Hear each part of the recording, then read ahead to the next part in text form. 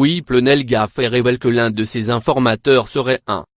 Et si Edoui Plenel avait fait une gaffe invité en 2013 dans N'est pas couché sur France 2, le journaliste et fondateur de Mediapart s'est laissé à une petite confidence, avant de se reprendre. Natacha Polon, il avait alors taxé de porter une admiration sans borne pour Dominique de Villepin. Le père d'Ève Plenel nie. Il se justifie même en assurant vous voyez l'ancien Premier ministre. Contrairement à François Hollande, qui était alors président de la République. Emporté par sa fougue, le mari de Nicole Lapierre explique je tutoie François Hollande que j'ai connu, que je ne vois plus, membre de cabinet il y a 30 ans avec qui j'ai fait un livre.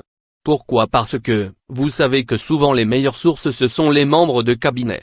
Peut-être qu'au moment de l'affaire des Irlandais de Vincennes, François Hollande était une bonne source avant de s'interrompre mais il y a le secret des sources. Pardon, oulala en plateau, cette phrase passe presque inaperçue. Edoui Plenel n'en dit pas plus. Le mystère est entier.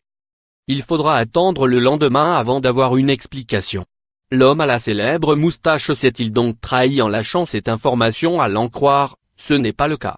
À la suite de la diffusion d'On n'est pas couché, le journaliste s'est exprimé sur son compte Twitter. Il assurait alors que François Hollande ne connaissait rien à cette affaire. Irlandais de Vincennes 3, non Hollande ne connaissait rien à cette affaire qui, journalistiquement, s'est étendue de 1983 à 1985. À suivre. Irlandais de Vincennes 2-3, j'ai connu FH en 1983, alors Dirk de Gallo, porte-parole. Et je lui ai montré que la com officielle mentait. Irlandais de Vincennes 3-3, les sources des journalistes sont variées. Ce ne sont pas des balances ni des indices, elles ne sont pas à vendre. Crédit photo, best image.